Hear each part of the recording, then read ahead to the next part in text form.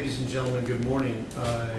For the record, today is August 4, 2023, and it's about 9:28 a.m. We are convening on the court's criminal docket in the case known as State of Ohio Plaintiff versus Robert F. Young III, defendant. It's on the docket number 23 CR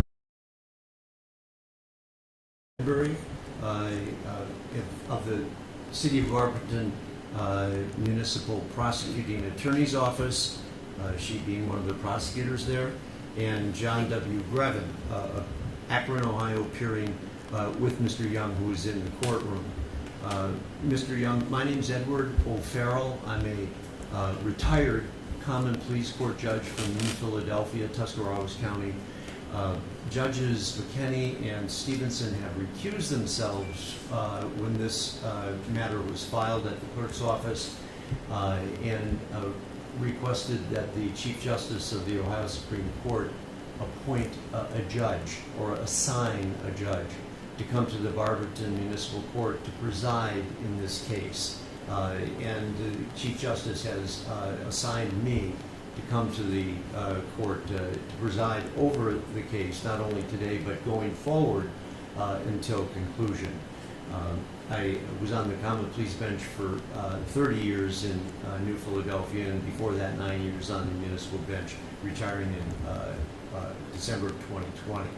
So I want to, for the record, indicate that the matter before the court in this case is an order and indictment that has been transmitted from the Summit County, Ohio Court of Common Pleas, Prosecuting Attorney's Office in grand jury of the term of court in July of 2023. More specifically, there is an indictment and remand indictment that was issued July 14, 2023 by the grand jury and filed at the clerk's office here. I've got a July 18, 2023 date on the order remanding the matter to the court here on a single count, on count one, which is domestic violence in violation of Revised Code 2919-25A, a misdemeanor of the first degree, and count two is an assault, misdemeanor of the first degree in violation of 2903-13A. The hearing today, as Mr. Grevin has discussed with you, is what we call an arraignment hearing. And I have certain information that I need to have produced on the record to make certain that we are proceeding according to the procedural protocols under Ohio law. So the first thing I'm going to ask Mr. Grevin is if Mr. Young has received a copy of that order and indictment, direct remand indictment from the Summit County Court of Common Pleas General Division. He has, Your Honor. All right. Now, as it relates to that remand order and the two misdemeanor charges, do you, in behalf of Mr. Young, waive a reading of the charges verbatim, waive a reading of the penalty sections relating to those charges, waive an explanation of Mr. Young's constitutional and statutory rights and privileges, and waive an explanation of the pleas available to him in this case and the legal significance and meaning of each plea? Your Honor, we would waive all of that. All right. And is Mr. Young prepared to enter pleas to the two misdemeanor charges I've referenced? He is, Your Honor. He would enter pleas of not guilty to both charges. All right.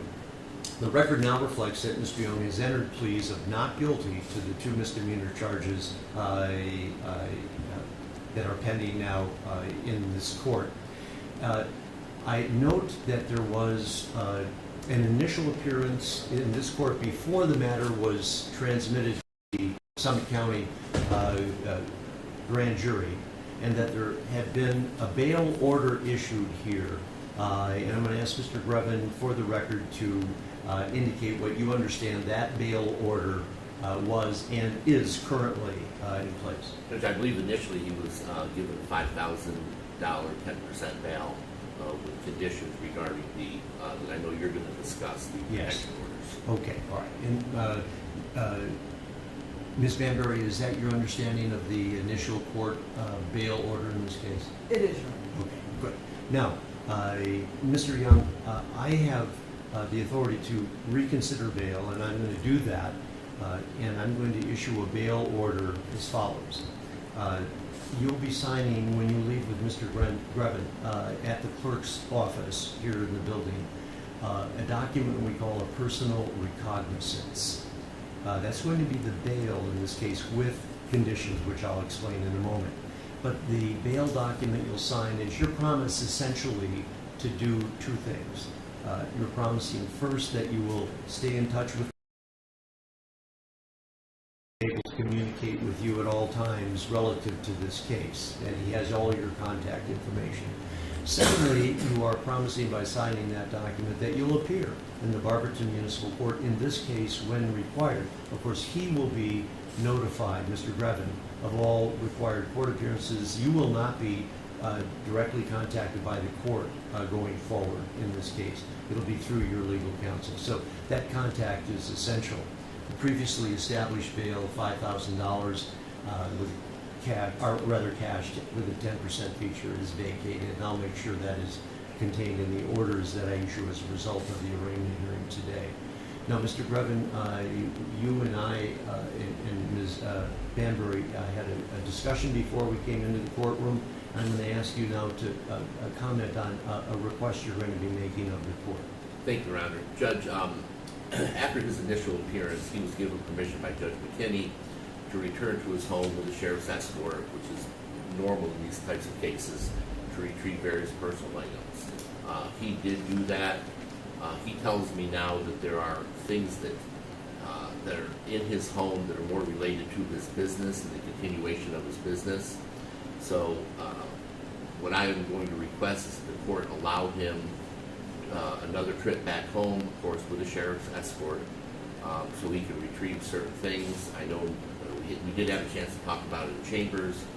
I believe the court would want us to provide a detailed written list of what he would like to get back.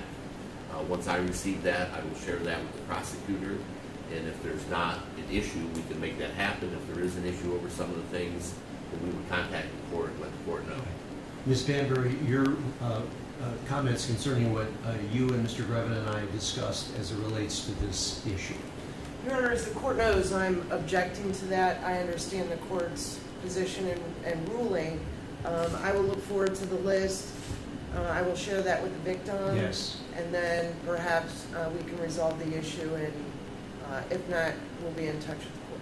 Right. Thank you, Ms. Banbury. And so, Mr. Young, I am allowing one final trip to the domestic residence with the conditions just discussed by Mr. Grevin and Ms. Banbury, that there be an itemized list, that you have that provided to Mr. Grevin. That'll be provided to Ms. Banbury's office, and then there'll be a coordination over the objection, but a coordination of when you will go to the residence. If there's some type of disagreement or some issue that needs my intervention, counsel will contact me. Otherwise, I don't expect to be contacted about this, that this will be something that I'll include in the arraignment order, but will be facilitated as just discussed. Anything further on that, Mr. Grevin? No, Your Honor. Ms. Banbury? No, Your Honor. Now, Ms. Banbury, I'm sorry, have I, on behalf of the state of Ohio, overlooked anything that you believe we should discuss on the record at this arraignment hearing? No, Your Honor. I believe you've been very thorough. Thank you. You're welcome. Thank you. And Mr. Grevin, same question. As you were asking the question to her, I was prepared to say you've been very thorough as well, so we are in agreement. Appreciate that. Okay, so now, John, you'll make sure Mr. Young gets to the clerk's office Right. to execute the recognizance. I'll have an order that I'll transmit to Ms. Banbury and to you, Mr. Grevin, after it's filed here at the clerk's office.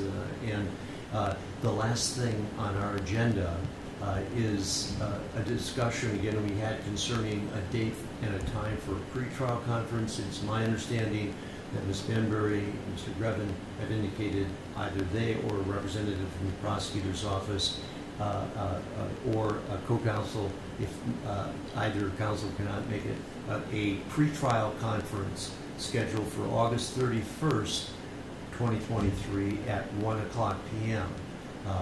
And then I anticipate at that pretrial conference discussing a trial date within the statutory speedy trial time period for misdemeanors of the first degree, which we understand to be 90 days. And is it your understanding, Mr. Grevin and Ms. Banbury, that Mr. Young has not been incarcerated in this case, so there is no 3-for-1 count on any days? That's correct. Understood. Correct. Okay, good. If there's nothing else, then we'll adjourn. Thank you, counsel. Mr. Thank Young, you, Ron. thank you. Thank you.